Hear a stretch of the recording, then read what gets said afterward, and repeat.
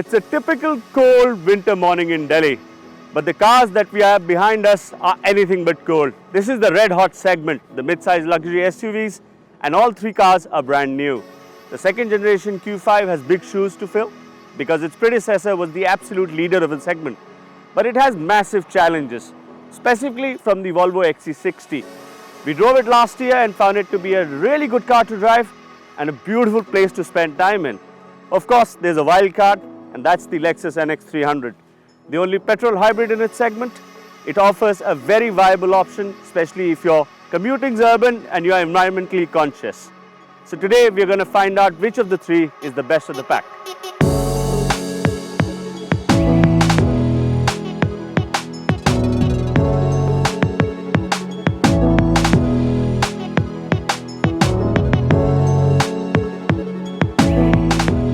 With its aggressive-looking design and being the only petrol hybrid in the segment, the Lexus NX300H stands out for itself.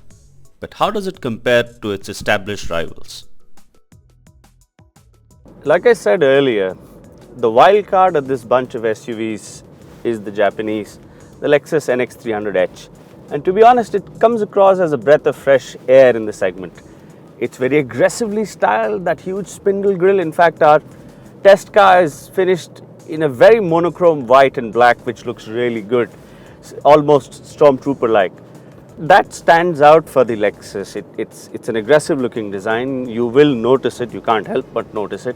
The quality levels in the car are very high. As Lexus says, their Omanatashi procedure that they follow, the surfaces are well finished. I think for me, one of the standout facts of the car is how well isolated you are from the outside. There's virtually no noise from outside that makes it inside the cabin. The Mark Levinson stereo system is fantastic, and the car's a great place to spend time in. It's very relaxing. It's so stress-free. The driving is also quite similar. It's the only petrol hybrid in its segment. It's got an Atkinson cycle engine, 197 horsepower, all-wheel drive standard, and a CVT gearbox that mostly works very un-CVT-like. It's only when you really stretch the car, where you're really pushing it, that you get a little bit of the rubber band effect that I don't like at all. But otherwise, the Lexus is really nice to drive. Of course, if you're environmentally conscious, the fact that it's a petrol hybrid also plays. It's less polluting. And at the pricing that Lexus has done, between 53 to 55 lakhs ex-showroom, I think the Lexus is the wild card. And if you're looking for style, if you're looking to make a statement, the NX makes a great case for itself.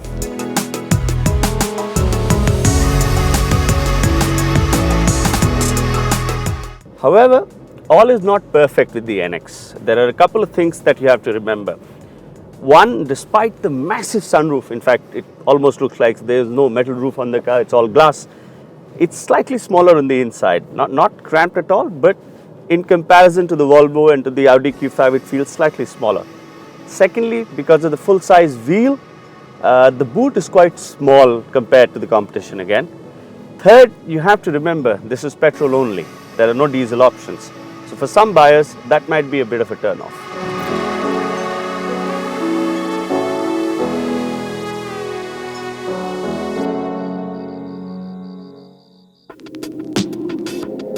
The second generation Audi Q5 has huge shoes to fill because of the last generation car's success and the competition intensifying. So how does the new car perform?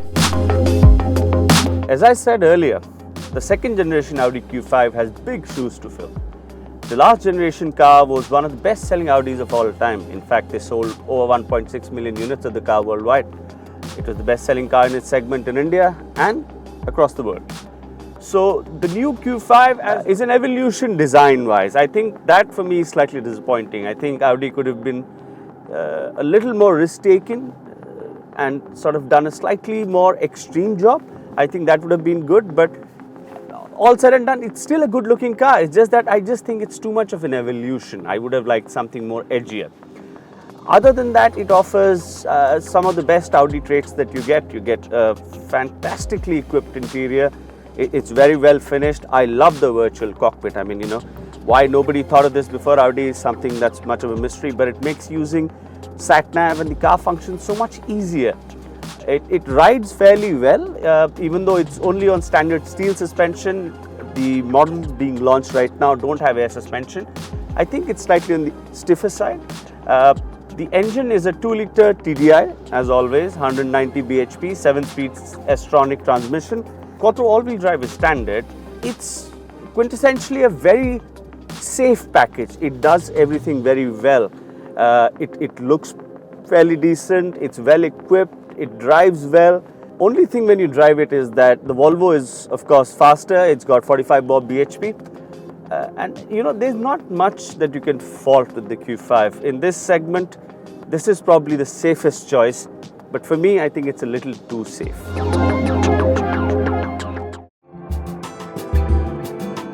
The Volvo XC60 seems like the product to beat in its segment now.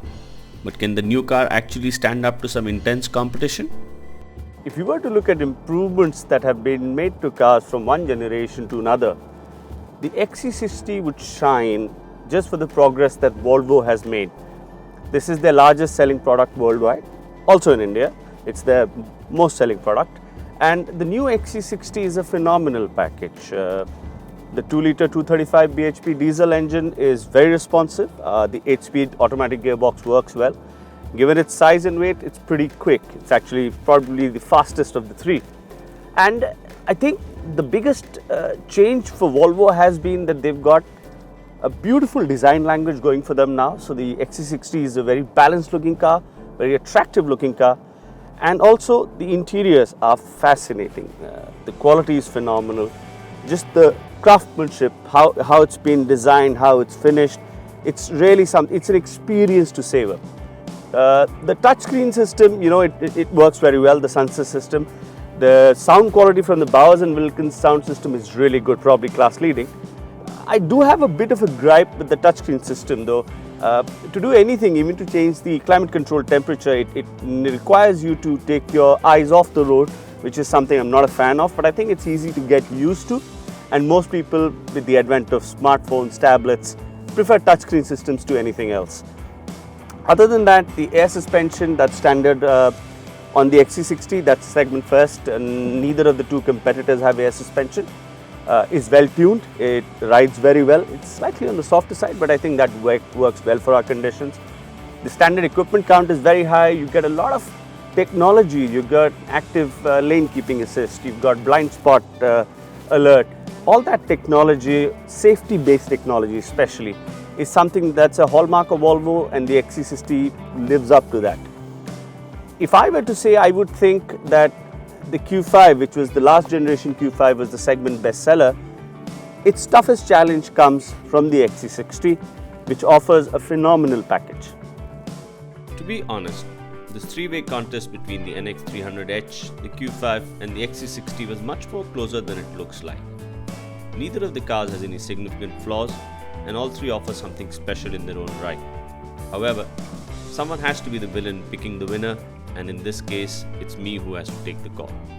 So first up, the Lexus NX. It's the most aggressive looking car of the bunch, which can be a polarizing aspect for some, but truth is, the Lexus makes a bold style statement and is also the most environmentally friendly car in its segment. So if a green image or a style statement is important for you, the Lexus it is.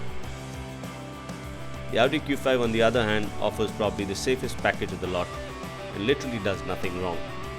And also has the most blue chip brand image here. So for Audi lovers, this is a no-brainer, but with this safe styling and slightly premium pricing, for me the Audi gets beaten by the Volvo XC60 with a wafer thin margin. Featuring the latest Volvo design language and features, plus packed to the brim with standard equipment and class-leading power, the Volvo XC60 would be my choice of the segment.